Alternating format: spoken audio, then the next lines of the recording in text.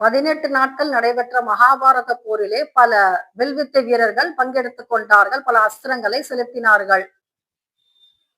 கர்ணன், துரியோதனன், பிதாமகர் பீஷ்மர் உள்ளிட்ட பல வில் வீரர்கள் பங்கெடுத்துக் கொண்டார்கள். இதிலே பங்கெடுக்காத ஒரு வீரர் இருந்தார். அவர் விதுரர். திருதராஷ்டிர மன்னருடைய தம்பி. இவர் கிருஷ்ணன் மீது மிகுந்த அன்பு வைத்திருந்தார். ஒவ்வொரு நாளும் கிருஷ்ணனையே தியானம் செய்து கொண்டிருந்தார். அவர் தன்னுடைய சிறு குடிலில் அமர்ந்து கொண்டு கிருஷ்ணன் தன்னுடைய குடிலுக்கு வரமாட்டானா என்று ஏங்கிக் கொண்டிருந்தார். இந்த காலமும் கனிந்தது. கிருஷ்ணர் சமாதான தூது வரும் பொழுது துரியோதனன் அமைத்திருந்த பல விருந்தினர் குடில்களை விடுத்து விதுரருடைய சிறிய தவக்குடிலுக்கு சென்று அவருடைய விருந்து உபச்சாரத்தை ஏற்றுக்கொண்டார்.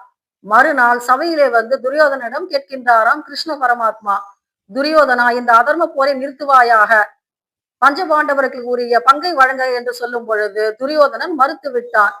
இதே கருத்தை கிருஷ்ணர் கூறியபடி விதுரரும் கூறினார். கிருஷ்ணர் கூறுவதை ஏற்றுக்கொள்வாயாக துரியோதனா என்று சொல்லும் பொழுது விதுரரை அவமானப்படுத்துகின்றான் துரியோதனன் தகாத சொற்களால். என்ன இருந்தாலும் நீ தாசியின் மகன் தானே, உனக்கு எப்படி நீதி புரியும்? உனக்கு எப்படி அரசாட்சி தெரியும்? நீ எங்களுடைய உணவை சாப்பிட்டுக் கொண்டு பஞ்சபாண்டவர்களுக்கு ஆதரவாக பேசுகின்றாய் என்று இழிவான வார்த்தைகளை கூறிவிட்டானாம். இதனால் கோபப்பட்ட விதுரர் அரசவையிலே தன்னுடைய தர்ம சக்கரம் என்ற வில்லை எடுத்து உடைத்து விட்டு கூறுகின்றாராம், உன் சார்பாக நான் போட்டியிட மாட்டேன், என்னுடைய போர் திறமை உனக்கு பயன்படாது என்று கூறிவிட்டு அந்த இடத்தை விட்டு சென்று விட்டார். இந்த தந்திரத்தை செய்தவர் கிருஷ்ண பரமாத்மா.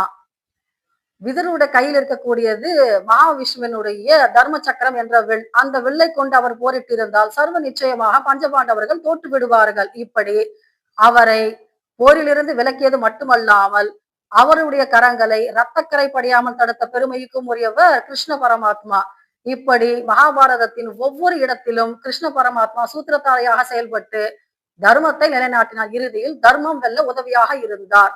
விதுரரை இந்த போரில் இருந்து அவர் விலக்கியது அவருடைய கிருஷ்ண தந்திரம். அது பலித்தது. ஜெய் கிருஷ்ணா.